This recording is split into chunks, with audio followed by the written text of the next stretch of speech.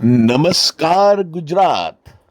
હું Gautamsinh Sudan checkpost લાઈવમાં આપનું સ્વાગત કરું છું.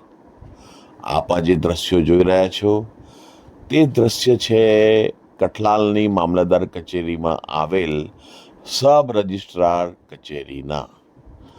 આ કચેરીમાં તમે જુઓ સવારનો 11 વાગ્યાનો સમય છે અને સ્ટાફમાં માત્ર એક ઓપરેટર જ બેઠો છે.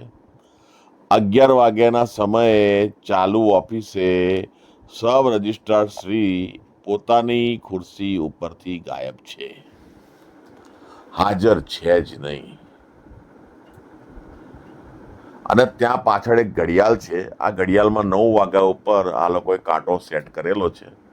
હવે આ શંકાસ્પદ છે, આ ઘડિયાળમાં આ રીતે 9 વાગ્યા ઉપર કાંટો સેટ કરી રાખવો કે આમાં આગા પાછા થવું હોય સવારના સમયે ઓફિસ ટાઈમમાં તો થવાય. પહેલા માળ ઉપર આવેલ મામલતદાર શ્રીની કેબિનમાં પણ મામલતદાર શ્રી પોતે હાજર હતા નહીં. મેં પેલા બહાર બેઠેલા પેલા એમના પટાવાળાને પૂછ્યું તો કહ્યું એમણે કે 11:30 પોણા 12ની આજુબાજુ આવશે.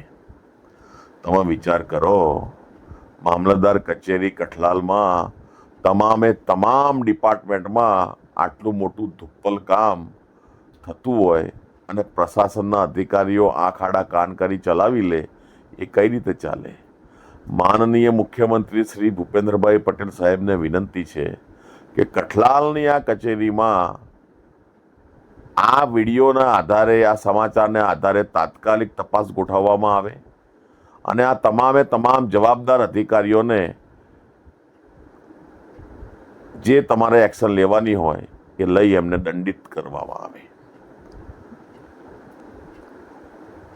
જય હિન્દ, જય ભારત.